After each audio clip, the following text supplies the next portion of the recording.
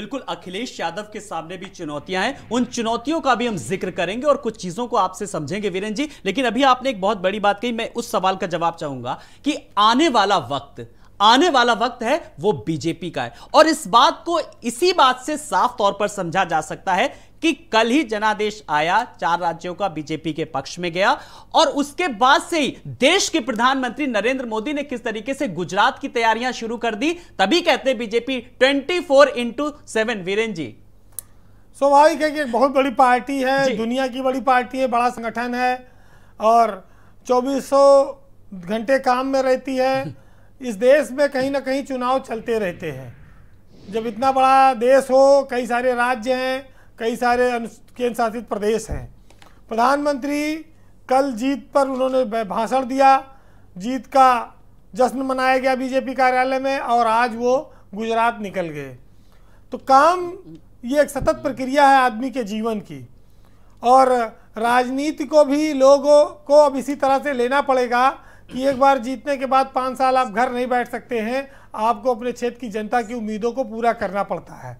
एक प्रधानमंत्री देश की जनता की उम्मीदों को पूरा कर रहा है, एक मुख्यमंत्री उत्तर प्रदेश की जनता की उम्मीदों को पूरा करने के लिए रात दिन काम कर रहा है। तो विधायकों को भी ये काम अंजाम देना पड़ेगा। आज की सियासत यही डिमांड करती है कि जो संघर्ष करेगा, सड़क पर रहेगा, जो जनता के बीच रहेगा, जो जेल जाने से नहीं डरेगा, वही सत्ता पर राज करेगा। संघर्ष जो करेगा, सफलता या यूं कहें कि कामयाबी उसी के कदम चूमेगी। इस पूरी कवायद के बीच अगर विपक्ष को लेकर के मैं अगर बात करूं, तो आपका अपना सेल्फ एनालिसिस क्या कहता है कि विपक्ष से चूक कहां पर हो गई? क्योंकि लगातार वो मुद्दों के, उसने किसानों के मुद्दे भी उठाए, रोजगार के मुद्दे भी उठाए, सुरक्षा व्यवस्था के मुद्दे भी उठाए। फिर आपको क्या लगता है आखिर? देखिए, एंटी इनकम्बेंसी थी एक तो, और उसके अलावा उसी एंटी इनकम्बेंसी में आप ये देख सकते हैं कि 69,000 शिक्षकों की भर्ती का मामला आया, शिक्षा मित्रों का मामला आया, पुरानी पेंशन का मामला आया। ये सरकार से सीधे जुड़े हुए मामले थे। इसके अलावा कानून व्यवस्था पर बात आई। इसके अलावा किसानों के आंदोलन चला पश्चिमी उत्तर प्रदेश में 1 साल तक, काफ़ी सारे लोग मारे गए। इसके अलावा आपने देखा कि लखीमपुर खीरी में एक कांड हुआ जहां पर बीजेपी की सरकार पूरी बैकफुट पे आ गई, जीप से कई लोग किसानों को कुचल दिया गया। बिकरू का कांड हुआ, आपको याद होगा, इसी दौरान, जिसमें पुलिस वाले भी मारे गए और काफ़ी सारे लोग मारे गए, जेलों में लोग बंद हैं। ब्राह्मणों के उत्पीड़न का मुद्दा गूंजा। लेकिन ये सारे मुद्दे मोदी और योगी के मैजिक के आगे दब गए। ये सारे मुद्दे पर मोदी और योगी की सरकार की योजनाएं भारी पड़ी जी। हिंदू मुस्लिम तक पर काम जो लोग लगे थे, वहां भी सफलता नहीं मिली जी। वो मुद्दा चला नहीं। आजम खां जेल में बंद है 2 साल से, वो भी मुद्दा नहीं चला। मोदी के नाम पर इस देश में जिस तरह से वोट पड़ता है, वो उत्तर प्रदेश ने 4थी बार उनको यह बहुमत दिया है। आपको याद होगा कि 2014 में मोदी यहीं से बम्पर जीते थे, तब 75 सीटें जीती थी लोकसभा की बीजेपी ने। फिर 2017 में बीजेपी ने सफाया कर दिया विधानसभा चुनाव में, जबकि नोटबंदी से लेकर तमाम चीजों का विरोध था जी। 2019 में मोदी ने फिर 65 सीटें जीती। आपने देखा कि सपा और बसपा का गठबंधन था, उसके बावजूद मोदी की आंधी को नहीं रोक पाए। 2022 में आज आप खड़े हैं, ये जनादेश भी आया, ये भी मोदी और योगी की मेहनत का परिणाम है। उनके जो सुशासन, जो उनकी सरकार की योजनाएं, जो उनका देन है। ब्यूरोक्रेसी के तमाम सारे आरोप लगते रहे जी, बेलगाम होने के, लेकिन आप देखिए कि परिणाम कहाँ है।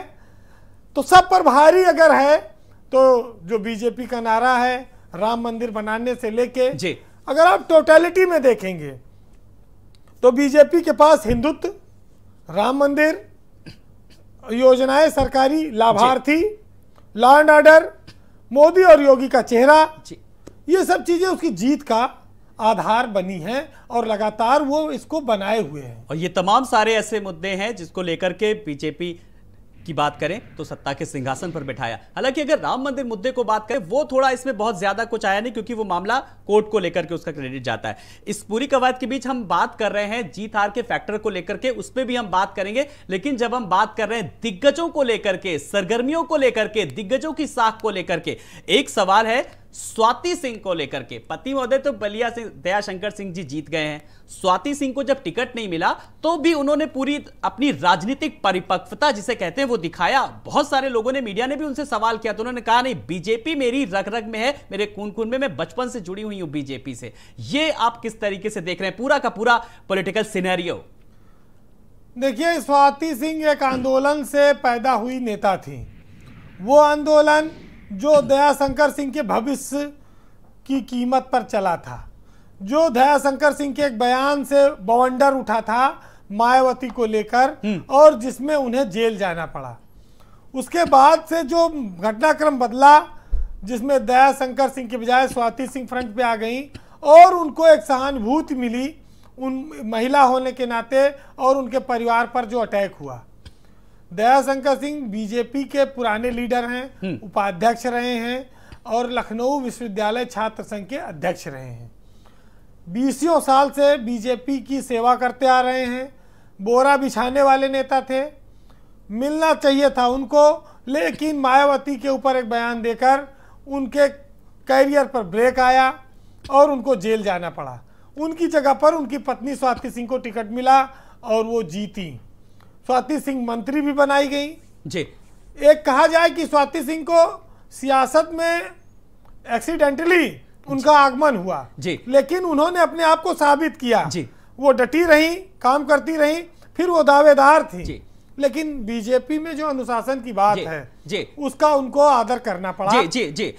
माफी के साथ रोकना चाहेंगे, केंद्रीय मंत्री स्मृति ईरानी प्रेस कॉन्फ्रेंस कर रही हैं।